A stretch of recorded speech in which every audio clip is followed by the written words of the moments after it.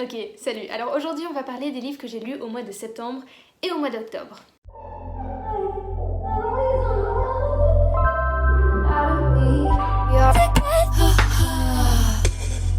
Ok, alors premièrement, rassurez-vous, c'est pas parce qu'on va parler de 2 mois de lecture que cette vidéo devrait être super longue, enfin j'espère, parce qu'a priori je n'ai lu que 5 livres. Du coup, j'ai pas énormément lu, mais ça n'empêche que je suis parvenue à lire un peu de tout et n'importe quoi. J'ai lu du young adulte, de la littérature classique, voire même des livres pour enfants, donc voilà, il y en a pour tous les goûts. Et c'est intéressant parce que là maintenant, en vérifiant ce que j'avais lu ces 2 derniers mois, je me suis rappelé que c'était le Pumpkin Autumn Challenge. J'avais totalement oublié. Enfin, je veux dire, j'adore ce challenge, j'adore l'ambiance que ça apporte début septembre, j'adore créer ma pile à lire au début du challenge. Le seul souci, c'est que ce challenge dure beaucoup trop longtemps. Enfin pour moi. Il dure du 1er septembre au 30 novembre, mais le problème avec moi c'est qu'on n'a même pas terminé septembre et j'ai oublié que c'était le pumpkin quoi. Donc je vous avouerai que mes lectures ne sont pas particulièrement dans le thème. Ok, trêve de blabla, j'ai 5 livres à vous présenter, 5 comme ça avec une seule main, et on va y aller direct. On commence directement avec une de mes lectures les plus rapides mais aussi les moins intéressantes de ces 2 mois. J'ai lu le 3e tome des... comment ça s'appelle La Cité des Ténèbres, les Mortal Instruments, tout ça. Le tome 3 qui s'appelle Le Miroir Mortel. Je vous ai déjà... Mais les gars, je m'excuse pour le bruit, c'est la pluie. Je vous ai déjà parlé de cette saga dans mon dernier update de lecture, mais à l'époque je vous avais parlé du tome 2. En fait c'est une saga avec plein de tomes, je sais même pas combien. Il y a surtout beaucoup de spin-off. Mais voilà, de base c'est une trilogie, donc j'ai terminé le tome 3, donc je vais vous donner mon avis sur la trilogie de base. Le premier tome était vraiment un roman typique young adulte fantastique, avec des personnages particulièrement lourds comme on les aime, mais l'univers était encore relativement intéressant et l'intrigue assez prenante, donc j'avais bien aimé ce premier tome. Par contre, le 2e tome fut une catastrophe. Les personnages étaient toujours aussi lourds, bon là, ok, aucune surprise, mais c'est vraiment l'intrigue qui commençait à ne plus avoir aucune structure et ça rendait la lecture assez pesante. Par simple curiosité, et bon aussi parce que c'est des livres qui se lisent assez rapidement, j'ai quand même décidé de lire le dernier tome de la trilogie, aussi pour avoir une fin à l'histoire et pouvoir classer la chose. Alors si ce 3e tome était vraiment loin d'être parfait, il faut quand même avouer qu'il était un peu mieux que le 2e dans le sens où l'intrigue commençait à être à nouveau un petit peu plus structuré, à avoir à nouveau un sens. Les personnages étaient toujours fidèles à eux-mêmes, mais au moins cette fois-ci ils avaient un but et ça faisait avancer la lecture de manière cohérente. Et puis ce que je citerai quand même comme étant le gros avantage de ce 3e tome, c'est que c'est la première fois depuis le début de la saga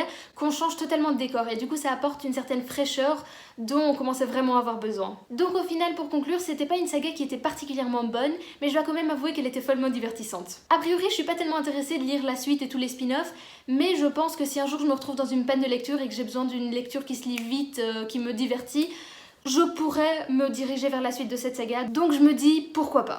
On passe ensuite au 2e livre que j'ai lu au mois de septembre, qui est le tome 4 du clan des Autori qui s'intitule Le vol du héron. Et en réalité, ce 4e tome est plus considéré comme un spin-off qu'une réelle continuation à la saga de base. Donc le clan des Autori, c'est une saga que je décrirais comme étant du heroic fantasy qui se déroule au Japon ou un espèce de Japon fantaisiste inventé. Alors j'avais vraiment beaucoup aimé la trilogie de base, mais je dois avouer que j'avais une certaine appréhension à lire ce 4e tome, parce que dans toutes les critiques que j'ai lues, je me suis rendu compte qu'il y avait vraiment un avis très divisé sur ce spin-off. Soit les gens trouvaient que ça ruinait totalement la saga de base, soit ils trouvaient que c'était le meilleur tome. Et j'ai été très soulagée de découvrir que je partage ce 2e avis. Pour le coup, j'ai trouvé que ce 4e tome approfondissait de manière remarquable l'univers auquel on s'est attaché dans les 3 premiers tomes. Il nous donne également l'occasion de retrouver certains anciens personnages et d'apprendre encore plus à les connaître, et en même temps, l'auteur parvient à trouver un équilibre en insérant quand même de nouveaux personnages et de nouvelles intrigues, de la sorte que le lecteur est investi dès le début parce qu'il retrouve les personnages et l'univers, mais aussi qu'il est maintenu investi durant toute la lecture grâce aux nouveaux personnages, aux nouvelles intrigues et vraiment la construction de l'univers et etc.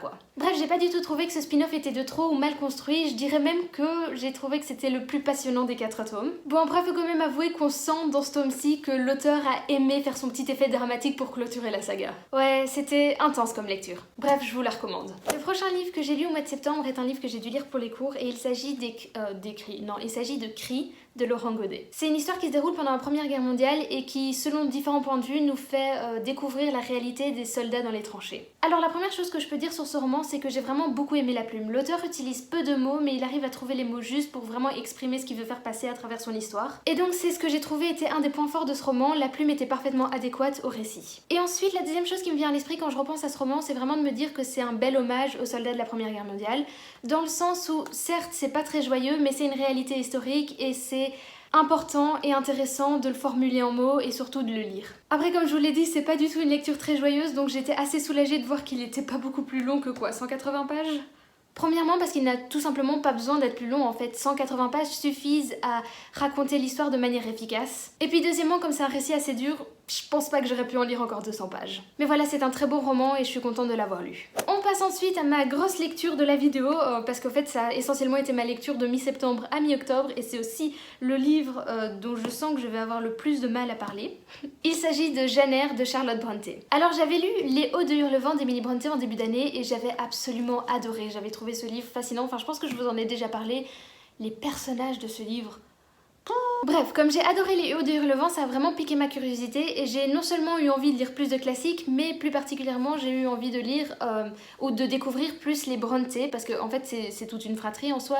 Je pense elles étaient 3 sœurs à écrire, il y en avait plus mais je pense pas qu'ils aient tous écrit. Mais du coup comme Jane Eyre est vraiment considérée comme un classique de la littérature et qu'en plus plusieurs personnes me l'avaient déjà recommandé, j'ai vraiment eu envie de le découvrir. Bon, comme je vous l'ai dit, j'ai vraiment mis du temps à le lire, mais bon après c'est une petite brique, mais c'est une petite brique qui se savoure parce que il faut le dire, c'est magnifiquement bien écrit. Même si pour moi ça a été une lecture assez lente, du début à la fin j'étais totalement immergée dans les décors et l'ambiance du roman. Et en plus j'ai trouvé tellement intéressant de découvrir le monde au travers les yeux du personnage principal Jane Eyre. Après si je dois faire une comparaison avec Les Hauts de Hurlevent d'Emily Brontë, c'est clair qu'il y a des similitudes. Ce qui est totalement logique, c'est 2 livres qui datent de la même époque, qui ont été écrits par 2 femmes qui ont essentiellement grandi dans le même environnement, qui ont eu la même éducation, donc c'est normal qu'il y ait des similitudes, et elles se retrouvent, ces similitudes, et pourtant on peut simplement pas ignorer le fait que ce soit 2 romans singulièrement différents. Essentiellement en tout cas dans leur ambiance et aussi la direction que tous 2 prennent. Je pense que cette phrase était française. Bref, je pense que n'importe qui pourrait vous parler de ce roman plus en profondeur, tout ce que moi je vais dire c'est que j'ai vraiment été ravie d'avoir pris le temps de le découvrir et que je suis pas du tout déçue. C'est clairement un livre que je vous recommande. Et c'est comme ça qu'on en arrive déjà à ma dernière lecture d'octobre qui est radicalement différente parce que c'est le livre pour enfants dont je vous ai parlé. Il s'agit de All the Wrong Questions de Lemony Snicket. Bon alors je voudrais pas m'avancer mais je suis presque certaine que vous avez déjà entendu ou lu ce nom quelque part parce qu'il s'agit également de l'auteur ou plutôt du pseudo de l'auteur de la saga culte Les désastreuses aventures je vais y arriver. Les désastreuses aventures des orphelins Baudelaire. Ouh. Alors j'ai jamais lu cette saga là, mais j'avais vu la série Netflix que j'avais vraiment beaucoup aimée et c'est entre autres ce qui m'a donné envie de lire ça parce que j'avais envie de découvrir un peu plus de l'univers de l'auteur. D'ailleurs j'ai oublié All the Wrong Questions, c'est le titre en anglais, le titre en français c'est Les fausses bonnes questions. Oui, je suis en train de filmer chaud. Quoi donc? Ton set. Mon décor avec mes lampes, viens voir. Ouais, c'est joli. Heureusement qu'il voit pas ça. Bisous. Bisous. Ah oui, je disais. Donc j'étais vraiment très curieuse de découvrir si ce style tellement particulier de l'auteur se retrouvait dans toutes ses œuvres. Et j'ai pas du tout été déçue, je me suis vraiment retrouvée propulsée à nouveau dans les intrigues et les décors totalement loufoques de Lemony Snicket. Et donc même si clairement c'est un livre pour enfants et j'ai un petit peu passé l'âge, je me suis tellement amusée. Le seul défaut que je dois peut-être mentionner à propos de ce premier tome, c'est que, bon d'accord, la fin d'un premier tome, c'est clair que ça doit laisser du suspense pour donner envie de lire la suite. Mais ici pour le coup, je crois qu'à la fin il y avait trop de suspense, trop de réponses sans questions. C'est l'inverse, trop de questions sans réponse, au point où ça en devenait quand même un peu frustrant. Et le truc c'est que même si j'ai vraiment bien aimé cette lecture, c'est un livre que j'ai acheté comme ça en occasion parce que je suis tombée dessus et je me vois mal acheter la suite donc je crois pas que je vais lire la suite. Du coup j'avoue que je suis un petit peu frustrée, un peu laissée sur ma faim. Mais enfin voilà, c'était une chouette lecture. Si vous voulez un avis plus complet, je vous mets le lien en barre d'infos, j'ai écrit une chronique sur le blog. J'ai un peu honte, mais c'est le seul livre de ces 2 mois que j'ai chroniqué. Le blog est un petit peu à l'abandon. Mais c'est pas grave, je le retrouve tout le temps. Je crois que j'ai dit tout ce que je voulais dire. Je vous attends en commentaire, dites-moi si vous avez lu l'un de ces livres, si vous les avez aimés, si vous avez envie de lire l'un de ces livres et discutons quoi. Ok, ça y est, j'ai rien d'autre à dire. Salut!